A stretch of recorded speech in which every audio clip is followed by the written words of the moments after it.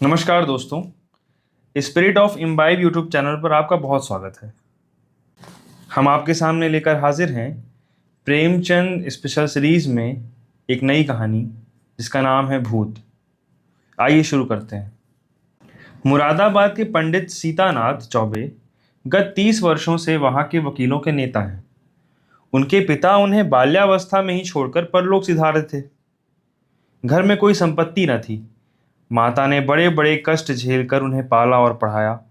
सबसे पहले वह कचहरी में 15 रुपए मासिक पर नौकर हुए।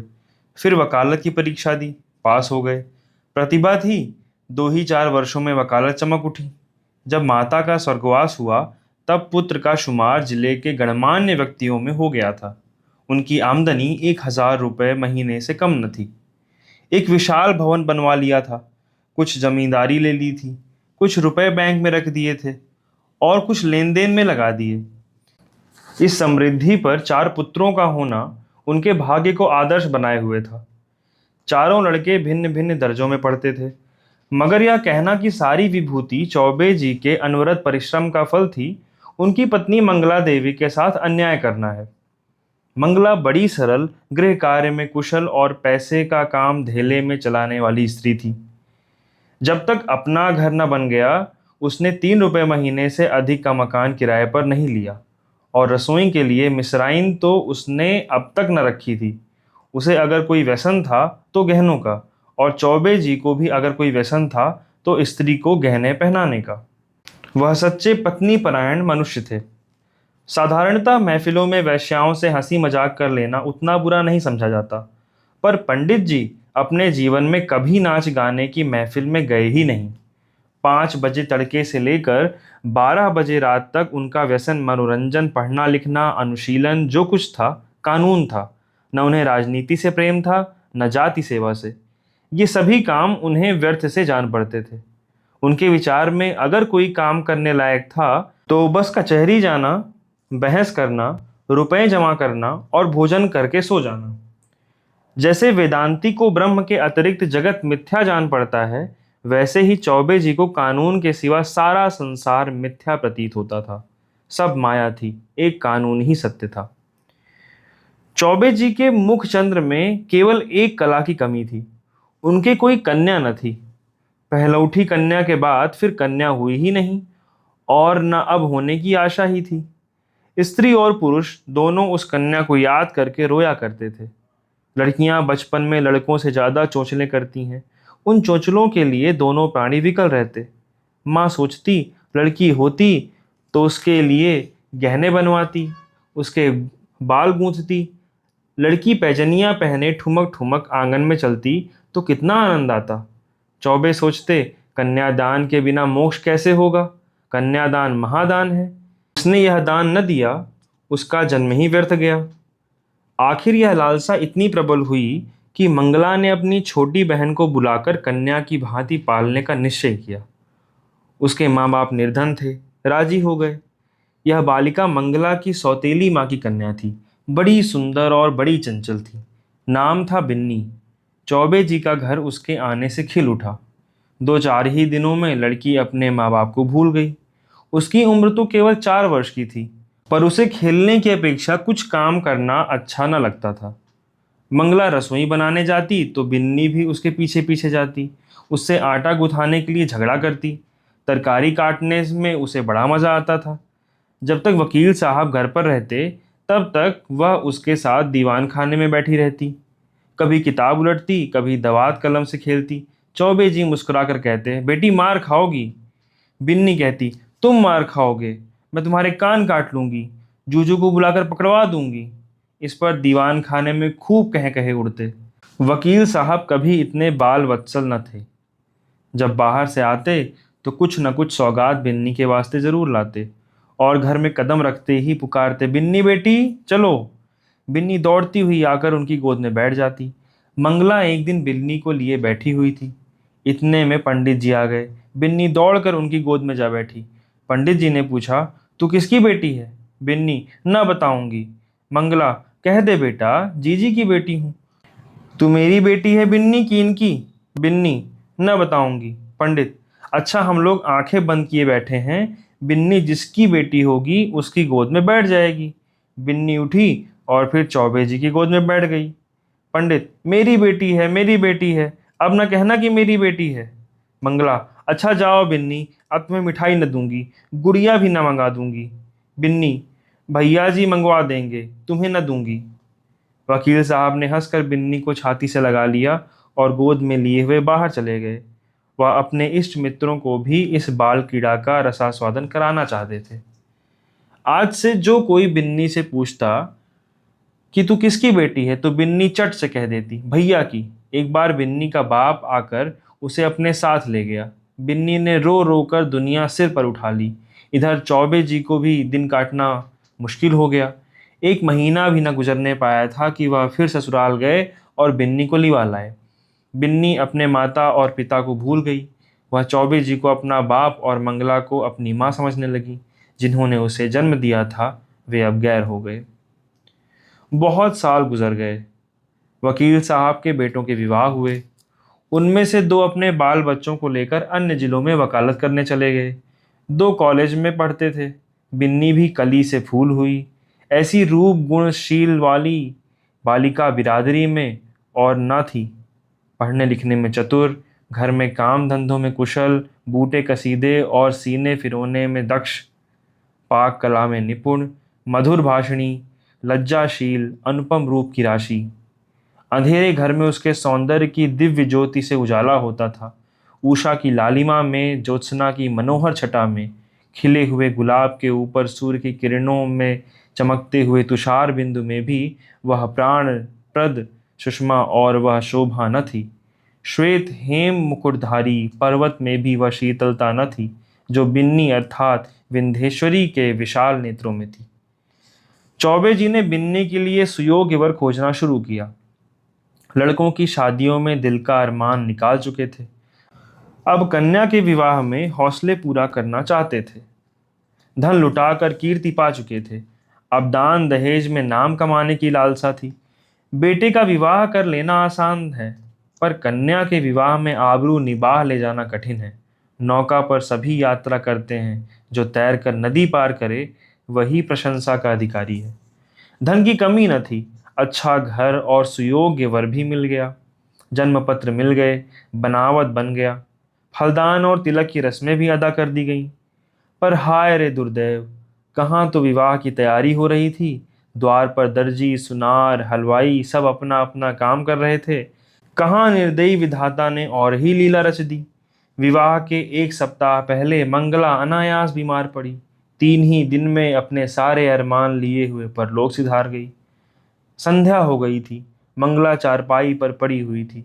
बेटे, बहुएं, पोते, पोतियां सब चारपाई के चारों ओर खड़े थे। बिन्नी पैताने बैठी मंगला के पैर दबा रही थी। मृत्यु के समय की भयंकर निस्तब्धता छाई हुई थी। कोई किसी से न बोलता था। दिल में सब समझ रहे थे क्या होने वाला है। केवल चौबे जी वहां न थे। सहसा मंगला ने इधर उधर इच्छापूर्ण दृष्टि से देखकर कहा, जरा उन्हें बुला दो, कहाँ हैं? पंडित जी अपने कमरे में बैठे रो रहे थे। संदेश पाते ही आंसू पोंछते हुए घर में आए और बड़े धैर्य के साथ मंगला के सामने हो गए। डर रहे थे कि मेरी आंखों से आंसू की एक बूंद भी निकली तो घर में हाहाकार मच जाएगा। मंगला ने कहा, एक बात पूछती हूँ, बुरा ना मानना, बिन्नी तुम्हारी कौन है? पंडित, बिन्नी कौन है? मेरी बेटी है, और कौन? मंगला, हाँ, मैं तुम्हारे मुंह से यही सुनना चाहती थी। उसे सदा अपनी बेटी समझते रहना। उसके विवाह के लिए मैंने जो जो तैयारियां की थीं उनमें कुछ छांट काट मत करना। पंडित, इसकी कुछ चिंता न करो, ईश्वर ने चाहा तो उससे कुछ ज़्यादा धूमधाम के साथ विवाह होगा। मंगला, उसे हमेशा बुलाते रहना, तीज त्योहार में कभी मत भूलना। पंडित, इन बातों की मुझे याद दिलाने की ज़रूरत नहीं है। मंगला ने कुछ सोचकर फिर कहा, इसी साल विवाह कर देना। पंडित, इस साल कैसे होगा? मंगला, यह फागुन का महीना है, जेठ तक लगन है। पंडित, हो सकेगा तो इसी साल कर दूंगा। मंगला, हो सकने की बात नहीं, जरूर कर देना। पंडित, अरे कर दूंगा। इसके बाद गोदान की तैयारी होने लगी। बुढ़ापे में पत्नी का मरना बरसात में घर का गिरना है, फिर उसके बनने की आशा नहीं होती। मंगला की मृत्यु से पंडित जी का जीवन अनियमित और विशृंखल सा हो गया। लोगों से मिलना जुलना छूट गया। कई कई दिन कचहरी ही न जाते। जाते भी तो बड़े आग्रह से। भोजन से अरुचि हो गई। विंध्येश्वरी उनकी दशा देख देख कर दिल में कुढ़ती और यथा साधय उनका दिल बहलाने की चेष्टा करती रहती। वह उन्हें पुराणों की कथाएं पढ़कर सुनाती, उनके लिए तरह तरह की भोजन सामग्री पकाती और उन्हें आग्रह अनुरोध के साथ खिलाती थी। जब तक वह न खा लेते, आप कुछ न खाती थी। गर्मी के दिन थे। रात को बड़ी देर तक उनके पैताने बैठी पंखा झला करती और जब तक वह न सो जाते, तब तक आप भी सोने न जाती। वह जरा भी सिरदर्द की शिकायत करते तो तुरंत उनके सिर में तेल डालती। यहाँ तक कि रात को जब उन्हें प्यास लगती, तब खुद दौड़कर आती और उन्हें पानी पिलाती। धीरे धीरे चौबे जी के हृदय में मंगला केवल एक सुख की स्मृति रह गई। एक दिन चौबे जी ने बिन्नी को मंगला के सब गहने दे दिए। मंगला का यह अंतिम आदेश था। बिन्नी फूली न समाई। उसने उस दिन खूब बनाव श्रृंगार किया। जब संध्या के समय पंडित जी कचहरी से आए, तो वह गहनों से लदी हुई उनके सामने कुछ लजाती और मुस्कुराती हुई आकर खड़ी हो गई। पंडित जी ने सतृष्ण नेत्रों से देखा। विंध्येश्वरी के प्रति अब उनके मन में एक नया भाव अंकुरित हो रहा था। मंगला जब तक जीवित थी, वह उनसे पिता पुत्री के भाव को सजग और पुष्ट कराती रहती थी। अब मंगला न थी, अतएव वह भाव दिन दिन शिथिल होता जाता था। मंगला के सामने बिन्नी एक बालिका थी। मंगला की अनुपस्थिति में वह एक रूपवती युवती थी। लेकिन सरल हृदया बिन्नी को इसकी रत्ती भर भी खबर न थी कि भैया के भावों में क्या परिवर्तन हो रहा है। उसके लिए वह वही पिता के तुल्य भैया थे। वह पुरुषों के स्वभाव से अनभिज्ञ थी। नारी चरित्र में अवस्था के साथ मातृत्व का भाव दृढ़ होता जाता है। यहाँ तक कि एक समय ऐसा आता है जब नारी की दृष्टि में युवक मात्र पुत्र तुल्य हो जाते हैं। उसके मन में विषय वासना का लेश भी नहीं रह जाता। किंतु पुरुषों में यह अवस्था कभी नहीं आती। उनकी कामेंद्रियां क्रियाहीन भले ही हो जाएं, पर विषय वासना संभवतः और भी बलवती हो जाती है। पुरुष वासनाओं से कभी मुक्त नहीं हो पाता, बल्कि ज्यों ज्यों अवस्था ढलती है, त्यों त्यों ग्रीष्म ऋतु के अंतिम काल की भांति उसकी वासना की गर्मी भी प्रचंड होती जाती है। वह तृप्ति के लिए नीच साधनों का सहारा लेने को भी प्रस्तुत हो जाता है। जवानी में मनुष्य इतना नहीं गिरता, उसके चरित्र में गर्व की मात्र अधिक रहती है। जो नीच साधनों से घृणा करता है, वह किसी के घर में घुसने के लिए जबरदस्ती कर सकता है, किंतु परनाले के रास्ते नहीं जा सकता। पंडित जी ने बिन्नी को सतृष्ण नेत्रों से देखा और फिर अपनी इस उच्छृंखला पर लज्जित होकर आंखें नीची कर ली। बिन्नी इसका कुछ मतलब न समझ सकी। पंडित जी बोले, तुम्हें देखकर मुझे मंगला की उस समय की याद आ रही है जब वह विवाह करके हमारे यहाँ आई थी। बिल्कुल ऐसी सूरत थी, यही गोरा रंग, यही प्रसन्न मुख, यही कोमल गाल, यही लजीली आंखें। वह चित्र अभी तक मेरे हृदय पट पर खिंचा हुआ है, कभी नहीं मिट सकता। ईश्वर ने तुम्हारे रूप में मेरी मंगला मुझे फिर दे दी। बिन्नी, आपके लिए क्या जलपान लाऊं? पंडित, ले आना, अभी बैठो। मैं बहुत दुखी हूं। तुमने मेरे शोक को भुला दिया है। वास्तव में तुमने मुझे जिला लिया। नहीं तो मुझे आशा न थी कि मंगला के पीछे मैं जीवित रहूंगा। तुमने प्राणदान दिया। नहीं जानता तुम्हारे चले जाने पर मेरी क्या दशा होगी। बिन्नी, कहाँ चले जाने के बाद? मैं तो कहीं नहीं जा रही हूँ। पंडित, क्यों? तुम्हारे विवाह की तिथि आ रही है, चली ही जाओगी। बिन्नी सकुचाती हुई, ऐसी जल्दी क्या है? पंडित, जल्दी क्यों नहीं? जमाना हंसेगा। बिन्नी, हंसने दीजिए, मैं यहीं आपकी सेवा करती रहूंगी। पंडित, नहीं बिन्नी, मेरे लिए तुम क्यों हलकान होगी? मैं अभागा हूँ। जब तक जिंदगी है जीऊंगा, चाहे रोकर जीऊं चाहे हंसकर। हंसी मेरे भाग्य से उड़ गई। तुमने इतने दिनों संभाल लिया, यही क्या कम एहसान किया? मैं यह जानता हूं कि तुम्हारे जाने के बाद कोई मेरी खबर लेने वाला नहीं रहेगा। यह घर तहस नहस हो जाएगा और मुझे घर छोड़कर भागना पड़ेगा। पर क्या किया जाए, लाचारी है। तुम्हारे बिना अब मैं यहाँ क्षण भर भी नहीं रह सकता। मंगला की खाली जगह तो तुमने पूरी की, अब तुम्हारा स्थान कौन पूरा करेगा?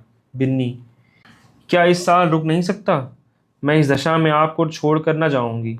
पंडित, अपने बस की बात तो नहीं।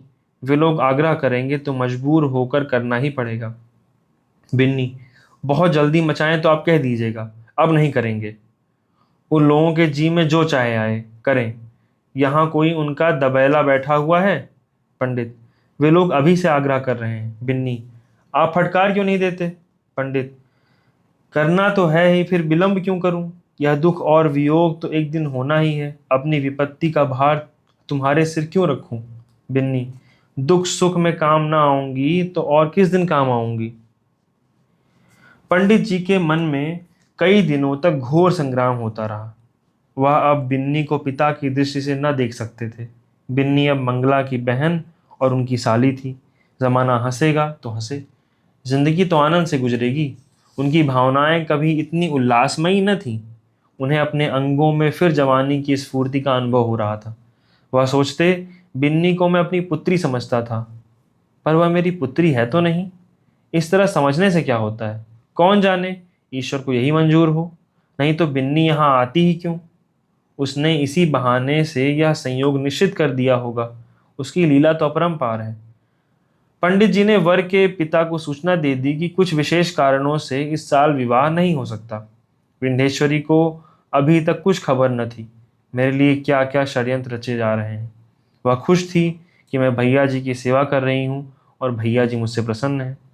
बहन का इन्हें बड़ा दुख है। मैं न रहूंगी तो या कहीं चले जाएंगे, कौन जाने साधु सन्यासी ना हो जाएं। घर में कैसे मन लगेगा? पर पंडित जी का मन बहलाने का निरंतर प्रयत्न करती रहती थी। उन्हें कभी मनमारे न बैठने देती। पंडित जी का मन अब कचहरी में न लगता था। घंटे 2 घंटे बैठकर चले आते थे। युवकों के प्रेम में विकलता होती है और वृद्धों के प्रेम में श्रद्धा। वे अपनी यौवन की कमी को खुशामद से, मीठी बातों से और हाजिर जवाबी से पूर्ण करना चाहते हैं। मंगला को मरे अभी 3 ही महीने गुजरे थे कि चौबे जी ससुराल पहुंचे। सास ने मुंह मांगी मुराद पाई। उसके 2 पुत्र थे। घर में कुछ पूंजी न थी। उनके पालन और शिक्षा के लिए कोई ठिकाना नजर न आता था। मंगला मर ही चुकी थी। लड़की का ज्यों ही विवाह हो जाएगा, वह अपने घर की हो रहेगी। फिर चौबे ने नाता ही टूट जाएगा। वह इसी चिंता में पड़ी हुई थी कि चौबे जी पहुंचे, मानो देवता स्वयं वरदान देने आए हों। जब चौबे जी भोजन करके लेटे तो सास ने कहा, भैया कहीं बातचीत हुई कि नहीं? पंडित, अम्मा अब मेरे विवाह की बातचीत क्या होगी? सास, क्यों भैया, अभी तुम्हारी उम्र ही क्या है? पंडित, करना भी चाहूं तो बदनामी के डर से नहीं कर सकता। फिर मुझे पूछता ही कौन है? सास, पूछने को हजारों हैं, दूर क्यों जाओ, अपने घर में ही लड़की बैठी है। सुना है तुमने मंगला के सब गहने बिन्नी को दे दिए हैं। कहीं और विवाह हुआ तो ये कई हजार की चीजें तुम्हारे हाथों से निकल जाएंगी। तुमसे अच्छा घर में कहाँ पाऊंगी? तुम उसे अंगीकार कर लो तो मैं तर जाऊं। अंधा क्या मांगे 2 आंखें। चौबे जी ने मानो विवश होकर सास की प्रार्थना स्वीकार कर ली। बिन्नी अपने गांव के कच्चे मकान में अपनी माँ के पास बैठी हुई है। अब की चौबे जी ने उसकी सेवा के लिए एक लौंडी भी साथ कर दी है। विंध्येश्वरी के दोनों छोटे भाई विस्मित हो होकर उसके आभूषणों को देख रहे हैं। गांव की और कई स्त्रियां उसे देखने आई हुई हैं और उसके रूप लावण्य का विकास देखकर चकित हो रही हैं। यह वही बिन्नी है जो यहाँ मोटी फारियां पहने खेला करती थी। रंग रूप कैसा निखर आया है, सुख की देन है ना। जब भीड़ कम हुई, एकांत हुआ तो माता ने पूछा, तेरे भैया जी तो अच्छी तरह है ना बेटी? यहाँ आए थे तो बहुत दुखी थे। मंगला का शोक उन्हें खाए जाता है। संसार में ऐसे मर्द भी होते हैं जो स्त्री के लिए प्राण दे देते हैं। नहीं तो यहाँ स्त्री मरी और चट दूसरा ब्याह रचाया। मानो मनाते रहते हैं कि यह मरे तो नई नवेली बहू घर लाएं। बिंधे उन्हें याद करके रोया करते हैं। चली आई हूं, न जाने कैसे होंगे। माता, मुझे तो डर लगता है कि तेरा ब्याह हो जाने पर कहीं घबराकर साधु फकीर न हो जाएं। बिंधे, मुझे भी तो यही डर लगता है, इसी से तो मैंने कह दिया कि अभी जल्दी क्या है। माता, इतने ही दिन उनकी सेवा करोगी उतना ही उनका स्नेह बढ़ेगा और तुम्हारे जाने से उन्हें उतना ही दुख भी अधिक होगा। बेटी, सच तो यह है कि वह तुम्ही को देखकर जीते हैं। इधर तुम्हारी डोली उठी और उधर उनका घर सत्यानाश हुआ। मैं तुम्हारी जगह होती तो उन्हीं से ब्याह कर लेती। बिंधे, ए हटो माँ, गाली देती हो। उन्होंने मुझे बेटी की तरह पाला है, मैं भी उन्हें अपना पिता। माता, चुप रह पगली, कहने से क्या होता है? बिंधे, अरे सोच तो अम्मा, कितनी बेढंगी बात है। माता, चुप रह पगली, कहने से क्या होता है? बिंधे, अरे सोच तो अम्मा, कितनी बेढंगी बात है। माता, मुझे तो इसमें कोई बेढंगापन नहीं देख पड़ता। बिंधे, क्या कहती हो अम्मा, उनसे मेरा? मैं तो लाज के मारे मर जाऊं, उनके सामने ताक न सकूं। वह भी कभी न मानेंगे, मानने की कोई बात भी हो कोई? माता, उनका जिम्मा मैं लेती हूँ, मैं उन्हें राजी कर लूंगी, तू राजी हो जा। याद रख, यह कोई हंसी खुशी का ब्याह नहीं है, उनकी प्राण रक्षा की बात है, जिसके सिवा संसार में हमारा और कोई नहीं। फिर अभी उनकी कुछ ऐसी उम्र भी तो नहीं है, 50 से 2-4 साल ऊपर ही होंगे। उन्होंने एक ज्योतिषी से पूछा भी था, उसने उनकी कुंडली देखकर बताया है कि आपकी जिंदगी कम से कम 70 वर्ष की है। देखने सुनने में भी वह 100-200 में एक आदमी है। बातचीत में चतुर माता ने कुछ ऐसा शब्द व्यूह रचा कि सरल बालिका उसमें से निकल न सकी। माता जानती थी कि प्रलोभन का जादू इस पर न चलेगा। धन का, आभूषणों का, कुल सम्मान का, सुखमय जीवन का उसने जिक्र तक न किया। उसने केवल चौबे जी की दयनीय दशा पर जोर दिया। अंत को विंध्येश्वरी ने कहा, अम्मा मैं जानती हूँ कि मेरे न रहने से उनको बड़ा दुख होगा। यह भी जानती हूँ कि मेरे जीवन में सुख नहीं लिखा। अच्छा, उनके हित के लिए मैं अपना जीवन बलिदान कर दूंगी। ईश्वर की यही इच्छा है तो यही सही। चौबे जी के घर में मंगल गान हो रहा था। विंध्येश्वरी आज वधू बनकर उनके घर में आई है। कई वर्ष पहले वह चौबे जी की पुत्री बनकर आई थी। उसने कभी स्वप्न में भी न सोचा था कि मैं एक दिन इस घर की स्वामिनी बनूंगी। चौबे जी की सजधाज आज देखने योग्य है। तंजेब का रंगीन कुर्ता, कतरी हुई और संवारी हुई मूछें, खिजाब से चमकते हुए बाल, हंसता हुआ चेहरा, चढ़ी आंखें, यौवन का पूरा स्वांग था। रात बीत चुकी थी। विंध्येश्वरी आभूषणों से लदी हुई भारी जोड़े पहने फर्श पर सिर झुकाए बैठी थी। उसे कोई उत्कंठा न थी, भय न था। केवल यह संकोच था कि मैं उनके सामने कैसे मुंह खोलूंगी। उनकी गोद में खेली हूँ, उनके कंधों पर बैठी हूँ, उनकी पीठ पर सवार हुई हूँ, कैसे उन्हें मुंह दिखाऊंगी? मगर वे पिछली बातें क्यों सोचूं? ईश्वर उन्हें प्रसन्न रखे। जिसके लिए मैंने पुत्री से पत्नी बनना स्वीकार किया, वह पूर्ण हो, उनका जीवन आनंद से व्यतीत हो। इतने में चौबे जी आए। विंध्येश्वरी उठ खड़ी हुई। उसे इतनी लज्जा आई कि जी चाहा कहीं भाग जाए, खिड़की से नीचे कूद पड़े। चौबे जी ने उसका हाथ पकड़ लिया और बोले, बिन्नी मुझसे डरती हो? बिन्नी कुछ न बोली, मूर्ति की तरह वहीं खड़ी रही। एक क्षण में चौबे जी ने उसे बिठा दिया। वह बैठ गई। उसका गला भर भर आता था। भाग्य की यह निर्दय लीला, यह क्रूर क्रीड़ा उसके लिए सहाय हो रही थी। पंडित जी ने पूछा, बिन्नी बोलती क्यों नहीं? क्या मुझसे नाराज हो? विंध्येश्वरी ने अपने कान बंद कर लिए। यही परिचित आवाज वह कितने दिनों से सुनती चली आती थी। आज वह व्यंग से भी तीव्र और उपहास से भी कटु प्रतीत होती थी। सहसा पंडित जी चौंक पड़े, आंखें फैल गईं और दोनों हाथ मेढक के पैरों की भांति सिकुड़ गए। वह 2 कदम पीछे हट गए। खिड़की से मंगला अंदर झांक रही थी। छाया नहीं, मंगला थी, सदेह साकार सजीव। चौबे जी कांपती हुई टूटी फूटी आवाज से बोले, बिन्नी देखो वह क्या है? बिन्नी ने घबरा कर खिड़की की ओर देखा। कुछ न था। बोली, क्या है? मुझे तो कुछ नहीं दिखाई देता। चौबे जी, अब गायब हो गई, लेकिन ईश्वर जानता है, मंगला थी। बिन्नी, बहन?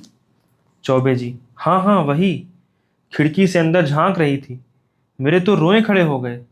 विंध्येश्वरी कांपती हुई बोली, मैं यहाँ नहीं रहूंगी। चौबे, नहीं नहीं बिन्नी, कोई डर नहीं है, मुझे धोखा हुआ होगा।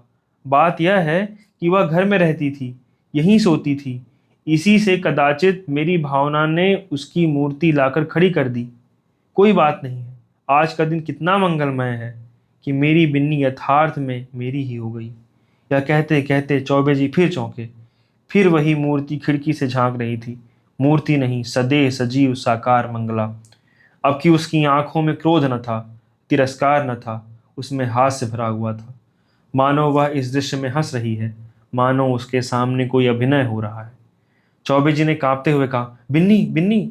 फिर वही बात हुई, वह देखो मंगला खड़ी है। विंध्येश्वरी चीख कर उसके गले में चिपट गई। चौबे जी ने महावीर का नाम जपते हुए कहा, मैं किवाड़ बंद किए देता हूँ। बिन्नी, मैं इस घर में नहीं रहूंगी। रोकर, भैया जी, तुमने बहन के अंतिम आदेश को नहीं माना। इसी से उनकी आत्मा दुखी हो रही है। मुझे तो किसी अमंगल की आशंका हो रही है। चौबे जी ने उठकर खिड़की के द्वार बंद कर दिए और कहा, मैं कल से दुर्गा पाठ कराऊंगा। आज तक कभी ऐसी शंका न हुई। तुमसे क्या कहूँ, मालूम होता है। होगा, उस बात को जाने दो। यहाँ बड़ी गर्मी पड़ रही है, अभी पानी गिरने को 2 महीने से कम नहीं। हम लोग मसूरी क्यों नहीं चलते? विंध्य, मेरा तो कहीं जाने को जी नहीं चाहता। कल से दुर्गा पाठ जरूर कराना, मुझे अब इस कमरे में नींद न आएगी। पंडित, ग्रंथों में तो यही देखा है कि मरने के बाद केवल सूक्ष्म शरीर रह जाता है। फिर समझ में नहीं आता यह स्वरूप क्यों कर दिखाई दे रहा है। मैं सच कहता हूँ बिन्नी, अगर तुमने मुझ पर यह दया न की होती तो मैं कहीं का न रहता। शायद इस वक्त मैं बद्रीनाथ के पहाड़ों पर सिर टकराता होता, या कौन जाने विष खाकर प्राणांत कर चुका होता। विंध्य, मसूरे में किसी होटल में ठहरना पड़ेगा। पंडित, नहीं, मकान भी मिलते हैं। मैं अपने एक मित्र को पत्र लिखे देता हूँ, वह कोई मकान ठीक कर रखेंगे वहाँ। बात पूरी ना हो पाई थी कि न जाने कहाँ से जैसे आकाशवाणी हुई, आवाज आई, बिन्नी तुम्हारी पुत्री है। चौबे जी ने दोनों कान बंद कर लिए, भय से थर थर कांपते हुए बोले, बिन्नी, यहाँ से चलो, न जाने कहाँ से आवाजें आ रही हैं। बिन्नी तुम्हारी पुत्री है। यह ध्वनि सहस्त्र कानों में पंडित जी को सुनाई पड़ने लगी, मानो इस कमरे की एक एक वस्तु से यही सदा आ रही है। बिन्नी ने रोकर पूछा, कैसी आवाज थी? पंडित, क्या बताऊं, कहते लज्जा आती है। बिन्नी, जरूर बहन जी की आत्मा है। बहन, मुझ पर दया करो, मैं सर्वथा निर्दोष हूँ। पंडित, फिर वही आवाज आ रही है। हाय ईश्वर, कहाँ जाऊं? मेरे तो रोम रोम में ही वही शब्द गूंज रहे हैं। बिन्नी, बुरा किया। मंगला सती थी, उसके आदेश की उपेक्षा करके मैंने अपने हक में जहर बोया। कहाँ जाऊं, क्या करूं? यह कहकर पंडित जी ने कमरे के किवाड़ खोल दिए और बेतहाशा भागे। अपने मर्दाने कमरे में पहुंचकर वह गिर पड़े, मूर्छा आ गई। विंध्येश्वरी भी दौड़ी, पर चौखट से बाहर निकलते ही गिर पड़ी। शुक्रिया, यह कहानी यहीं समाप्त होती है। उम्मीद है आपको ये कहानी बहुत पसंद आएगी। हम फिर से हाजिर होंगे एक नई कहानी लेकर। बहुत बहुत धन्यवाद। अगर आपको ये कहानी पसंद आई हो तो प्लीज़ लाइक करिए, चैनल को सब्सक्राइब करिए और अपने विचार ज़रूर दीजिए। धन्यवाद।